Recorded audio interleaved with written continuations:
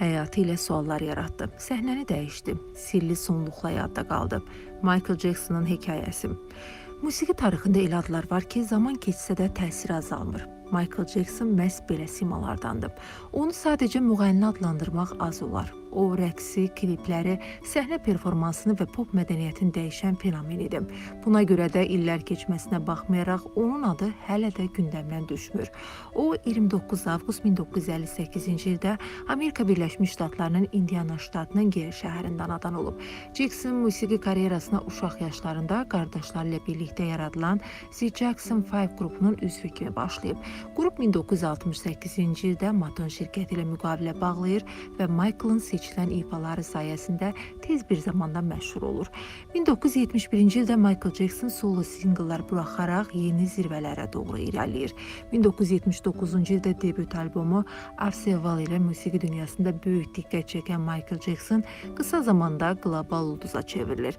1982-ci ildə yayımlanan Thriller isə onu dünya miqyasında əfsanəyə çevirdi və musiqi tarixində xüsusi yer qazandırdı. 1984-cü ildə 8 Grammy qazanıb. Bu, bir müğənni üçün rekord göstəricidir. Ümumilikdə isə 13 Grammy qazanıb. 1980-ci illərin sonlarından etibarən onun görünüşü, şəxsi həyatı və davranışları tez-tez müzakirə mövzusuna çevrilirdi. 1993-cü ildə o, ailə dostunun uşağına qarşı cinsi istismarda ittiham olunur. Yetərincə sübut olmadığı üçün Jackson günahkar hesab edilmir. O, 2005-ci ildə çox sayda uşağı cinsi istismar etməkdə təqsirli bilinirdi, lakin FTB Michael Jackson'ın cinayət əməlinə dair heç bir sübut tapmır.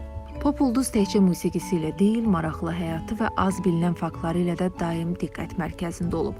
Sənətçinin həyatı boyu musiqidən təxminən 500 milyon dollar qazandığı bildirilir. Dünyadakı ehtiyat içində yaşayan uşaqları xatırlamaq üçün qara bilərzik taxırmış. The Moonwalk rəqsini küçə rəqqaslarından ilham alaraq hazırlayıb. Amerikalı musiqiçi Little Richard'ın bioqraf filmində rol almaq istəyib. Zəhərsiz ilanlara böyük maraq olub. Pərəstişkarların Jacksona sevgisi bəzən dramatik hadisələr də yadda qalıb.